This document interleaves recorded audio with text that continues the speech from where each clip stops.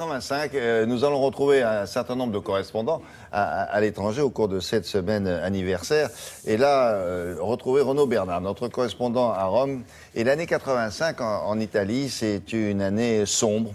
Il faut savoir que le pays quitte ce que l'on a appelé les années de plomb, c'est-à-dire 16 années de violence politique. Mais là, le pays est plongé dans la violence mafieuse. Et 85, c'est une année charnière. C'est le moment où l'État, qui depuis un siècle, laissait filer et maintenant décide de déclarer la guerre à la mafia. Alors, ça c'est nouveau, Renaud. Bonjour. Bonjour William, si l'on doit retenir une information de 1985, eh bien c'est une année historique pour l'État italien. C'est la première fois que le gouvernement remporte des victoires contre le crime organisé, contre la mafia. C'est un reportage de Gianna Messina et Claudia Billi. Palerme, en 1985. La cité est en sang. La ville a connu ces derniers mois 900 assassinats. La guerre des Corleone, des meurtres contre tout ce qui leur barrait la route dans leurs affaires et leur trafic. Les forces de l'ordre sont sur les dents contre Cosa Nostra. Et l'acharnement de deux juges anti-mafia va payer Giovanni Falcone, qu'on voit ici, et son acolyte Paolo Borsellino. Ils vont obtenir les premiers témoignages de repentis, les collaborateurs de justice.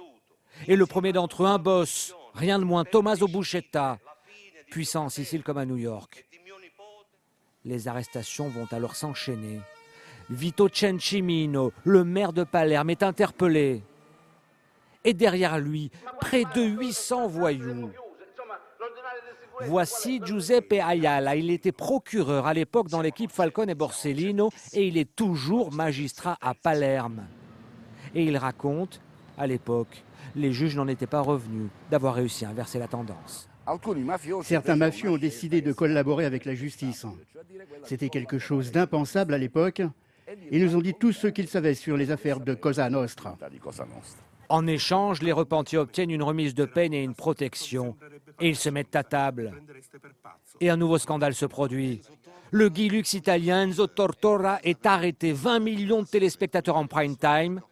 Il est accusé de collusion mafieuse et de trafic de drogue.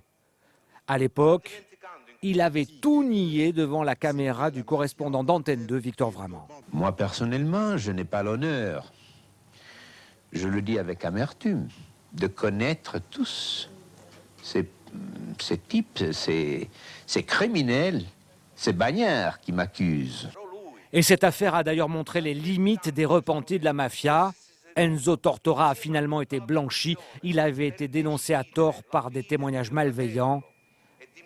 Il n'a pas survécu au déshonneur. Voilà pour cette année 85 en Italie. Merci Renaud, à plus tard. Et le télématin italien, lui, a commencé en 86. La météo maintenant avec